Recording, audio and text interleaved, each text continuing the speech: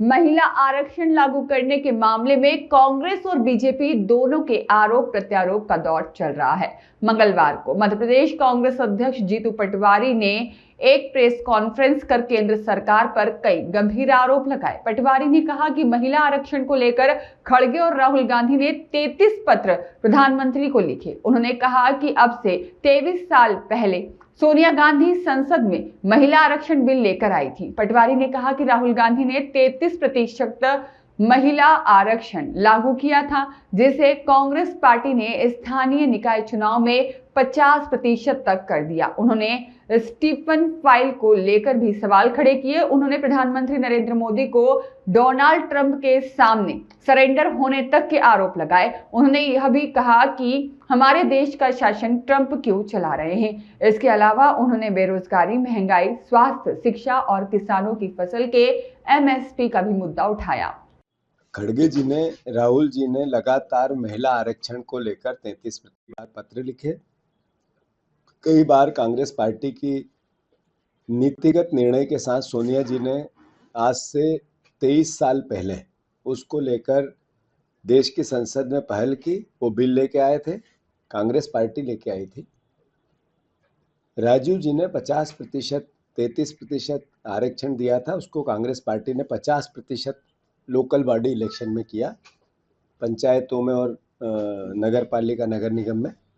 ये कांग्रेस की सोच की भावना है। अभी देश में स्टीम फाइल की बहुत बड़ी एक लड़ाई है। देश जानना चाहता है कि आखिर उसमें है क्या। नरेंद्र मोदी के मंत्रियों के नाम क्यों आ रहे हैं? क्या कारण है कि देश में नरेंद्र मोदी ट्रंप के आगे सिलेंडर हुए?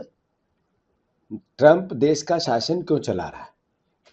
वो चाहे पाकिस्तान युद्ध सिंदूर की अंतर्गत ट्रंप का भारत से जो व्यवहार था, नरेंद्र मोदी पर जो उनकी तकरार थी, चाहे ट्रेड डील को लेकर जिस तरीके से धमकाया गया नरेंद्र मोदी को सीधे कई बार, और फिर अमेरिका और ईरान युद्ध के दौरान भी जो भारत की कोलैप्स हुई विदेश नीति ट्रंप के दबाव में, ये सब बातें ये बताती है कि मोदी जी कॉम्प्रोमाइज थे, दबे हुए थे, और ये सवाल देश में थे। जब ये सवाल देश पूछ रहा है कि भयावह महंगाई क्यों अब की बार मोदी सरकार, बहुत हुई महंगाई की मार, इस नारे का क्या हुआ? जब भयावह बेरोजगारी है, बहुत हुई बेरोजगारी की मार, अब की बार मोदी सरकार, इस नारे का क्या हुआ? किसानों की एमएसपी, डबल इनकम, घर घर में किसान सवाल पूछ रहा है इस भारतीय जनता पार्टी से कि हमारी एमएसपी क्यों नहीं दे रहे हो आप? क्यों गेहूं का दाम नहीं दे रहे हो? क्यों धान का दाम नहीं दे रहे हो? क्या कारण है? डबल इनकम होना थी, वो नहीं हुई। स्वास्थ्य को लेकर, शिक्षा को लेकर दोनों नीतियां कोलैप्स हो गई देश में असंतोष है। इन सवालों से देश का ध्यान भटकाना है, तो जो 2023 में महिला आरक्षण बिल आया, उसी पर देश को गुमराह करना है। मैंने स्पेशल आप लोगों को इसलिए बुलाया कि वसुंधरा राजे सिंधिया का एक लेटर आज से 4 दिन पहले पब्लिक डोमेन में आया। पूरे देश में करोड़ों लोगों ने उसको अपने अपने ट्विटर हैंडल पे, फेसबुक पे, अलग अलग अकाउंट पे, कई मीडिया चैनलों ने उसको अपनी न्यूज़ चैनल का माध्यम बनाया और देश के जनता के बीच में उस लेटर को लेके गए। 3 दिन बाद, 4 दिन बाद वसुंधरा राजे सिंधिया जी ने उस लेटर का कहा कि ये मेरा लेटर नहीं है, डिनाई किया। इस बीच में करोड़ों लोगों ने उसको वायरल किया, पर लेटर की जो भाषा थी वो वही थी जो मैंने बोली। वो वही भाषा थी जिसने सवाल खड़े किए नरेंद्र मोदी की सोच, विचार और काम करने के तरीके, देश को गुमराह करने के तरीके पे। फिर से उस लेटर की भावना की हम इज्जत करते हैं, उसको फिर एक्सेप्ट करते हैं। देश भी यही सवाल पूछ रहा है। वो जो लेटर था उसमें कहा कि इधर उधर की बात न कर, सीधा 230 सीटों पे महिला आरक्षण मध्य प्रदेश में आए और फिर विधानसभा का 2028 का चुनाव हो। कांग्रेस पार्टी इसकी मांग करती है। कांग्रेस पार्टी मांग करती है कि देश की संसद में आज जितनी सीटें हैं, लोकसभा की और राज्यसभा की, उसमें आज के आधार पर ही महिला आरक्षण आए।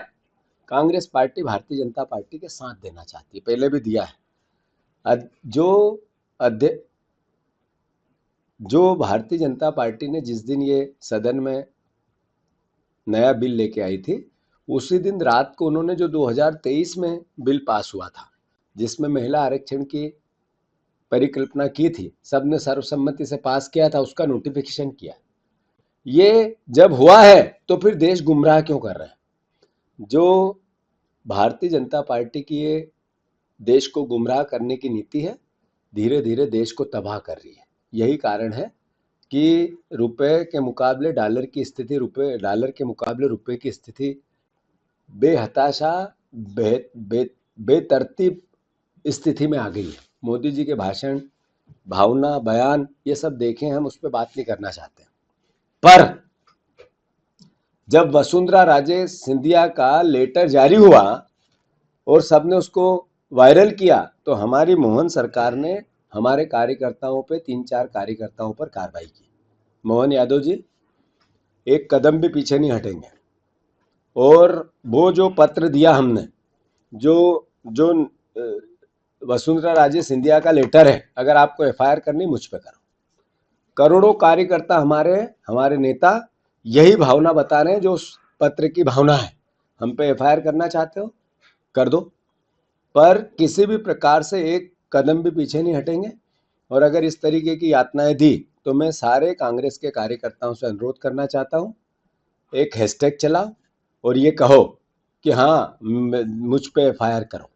और जो बातें हम बार बार कह रहे हैं, बार बार कहो। ये इन्होंने देश को गर्त में ले जाने वाले लोग, नफरत में बांटने वाले लोग, भारतीय जनता पार्टी की नफरत भरी सोच, इससे एक कदम भी पीछे नहीं हटना है, आगे बढ़ के लड़ना है। मैं देशवासियों से भी प्रार्थना करना चाहता हूं, कांग्रेस पार्टी देश की भावनाओं की पार्टी है। आप लोगों की लड़ाई लड़ रही है, आप लोगों की लड़ाई लड़ना चाहती है। मोदी फेल हो गए, बीजेपी फेल हो गई है, स्टीम फाइल में सबके नाम है। जैसे जैसे अमेरिका का प्रेशर रिलीज होगा, जैसे जैसे इनकी आगे बढ़ेगी, मैं इसके अंतर्गत आप सबसे आग्रह करना चाहता हूं कि आप सब हमारी भावना को समझे, और कांग्रेस पार्टी इस पर आगे आंदोलन की प्रक्रिया बना रही है। आप ये बंद कर लो आपका, और दूसरी जगह कई अभी कल परसों की बात है, एक 8 साल के मासूम बच्चे के सामने पिता की हत्या कर दी चाकू कूदकर।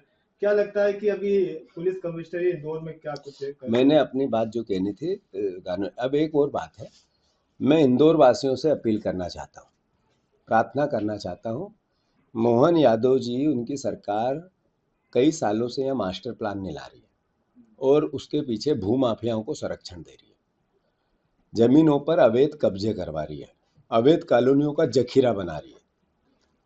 हमारे यहीं के नगरीय प्रशासन मंत्री के दोनों हाथ शोले के गब्बर जैसे कटे हुए हैं, नहीं, शोले के ठाकुर जैसे कटे हुए हैं। उन्हीं के विभाग का मामला है।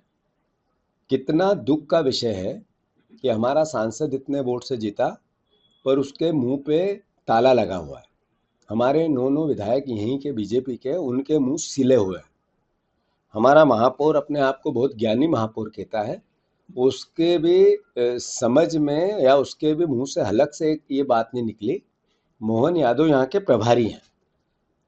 जब मेट्रोपॉलिटिशियन शहर बनना है, तो इंदौर उज्जैन बनना चाहिए कि उज्जैन इंदौर बनना चाहिए? इंदौर की अस्मिता, इंदौर की सभ्यता, इंदौर आर्थिक राजधानी, अपना कंट्रीब्यूशन 33% रेवेन्यू प्रदेश की अर्थव्यवस्था में देने वाला हमारा शहर, उसका नाम पीछे, और मोहन यादव चूंकि मुख्यमंत्री उज्जैन से, तो उनका आगे। तो आखिर आप लोगों ने ये सवाल, आप लोग क्या इंदौर को दोहन करने के लिए जनप्रतिनिधि बने हो?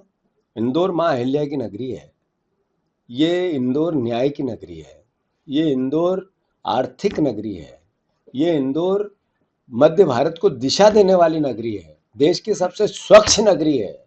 अगर उसका नाम आप आगे नहीं ला सकते हो, तो अपने अपने इस्तीफे दे दो, अपने अपने पद से, जनता आपको धन्यवाद देगी। सत्ता का जो मध्य सर में घुस चुका है इनके, उससे भी ऊपर चल रहा है। प्रीतम लोधी के बेटे का केस 1, खंडवा में एक बीजेपी के नेता का केस 2, कैलाश विजयवर्गीय के बेटे का केस 3। ऐसे गूगल पे सर्च करोगे तो 500 केस भारतीय जनता पार्टी के नेताओं के, उनके परिवारजनों के, उनके रिश्तेदारों के, कभी पुलिस की यातना होती है। अभी बीजेपी के एक मंडल अध्यक्ष ने एक अधिकारी की हत्या कर दी। हर साल 2, 4, 5 अधिकारियों की हत्या करती है भारतीय जनता पार्टी के नेता। एक आदिवासी पर पेशाब कर दी, आदिवासियों का बलात्कार कर लिया। बलात्कार की श्रेणी डालो और बीजेपी को गूगल पे डाल दो, 50, 60, 70 नाम भड़ा आ जाएंगे। तो गूगल बताता है कि बीजेपी बलात्कारियों की पार्टी है, गूगल बताता है बीजेपी अत्याचारियों की पार्टी है। सत्ता के मद में उनके बीजेपी के नेताओं के, विधायकों के, उनके रिश्तेदार, खुद विधायक, सब कितना भयंकर यातनाएं दे रहे हैं। इसका कारण क्या है? अभूतपूर्व वोट, ऐतिहासिक वोट जो मिल गया, वो एक तरह से सत्ता का मद में पागल हाथी जैसे घूम रहे हैं ये लोग, और उसी का नतीजा है प्रीतम लोधी और उसका बेटा। ऐसा है, बिल तो 2023 में सर्वसम्मति से महिला आरक्षण का पास हुआ। हम फिर से मांग कर रहे हैं। हमारी नेशनल स्पोक्स पर्सन ने, प्रियंका गांधी जी ने, और भी नेताओं ने, जयराम रमेश जी ने स्पष्ट कहा कि आज जो लोकसभा की सीट है उस पर महिला आरक्षण कराए, फिर से नया बिल लाए। इसी में बिना डिलिमिटेशन से, बिना परिसीमन से हम तैयार हैं। अगर वो बिल कराना है तो आपने पहले जो 23 में बिल लेके आए थे उसमें जातिगत जनगणना की बात की थी, वो क्यों नहीं करना चाहते? ओबीसी के साथ अन्याय क्यों करना चाहते हैं? डिलिमिटेशन करने की जो भावना है, इसके पीछे की लॉजिक करप्ट पॉलिटिकल सोच है, एक दूषित मानसिकता है भारतीय जनता पार्टी की, नफरत भरी मानसिकता। ये कभी जात के नाम पे नफरत फैलाते हैं, कभी धर्म के नाम पे नफरत फैलाते हैं, अब ये क्षेत्रवाद के नाम पे, भाषा के नाम पे नफरत फैलाना चाहते हैं। मतलब नफरत फैला के कैसे भी सत्ता में रहना चाहते हैं। उसका नाम है नरेंद्र मोदी। तो ये जो पूरा बिल था, इस सोच का के कारण आया था। महिला आरक्षण बिल 2023 में पास हुआ, उसका नोटिफिकेशन है, आप सबके बीच में है, अभी मैंने ट्वीट भी किया है, आप देख लो। तो ये सब भारतीय जनता पार्टी जो महंगाई के सवाल, जो बेरोजगारी के सवाल, जो करप्शन के सवाल, जो डॉलर के मुकाबले रुपए की हालत के सवाल, जो स्टीम फाइल के सवाल, जो विदेश नीति कोलैप्स होने के सवाल, जो ईरान और अमेरिका युद्ध में भारत की भूमिका का फेलिवर, विदेश नीति का कोलैप्स होना, नरेंद्र मोदी के असली चेहरे को, जादूगर चेहरे को सामने ला दिया है कि ये जादूगरी कर करके लोगों को गुमराह करता था, अब इसका चेहरा बेनकाब हो गया है। जब चेहरा बेनकाब हुआ तो दूसरे रास्ते से लोगों को गुमराह करना है। मैं मीडिया को, आप सबसे आग्रह करना चाहता हूं, सब देशभक्त हो, ये जितनी चैनल है सब देशभक्त है, पर मोदी की इस करप्ट प्रैक्टिस से आप देशद्रोह की भावना को, उनका साथ दे रहे हो। देशद्रोह की जो भावना है भारतीय जनता पार्टी की, उसका साथ। रियाज खान की रिपोर्ट।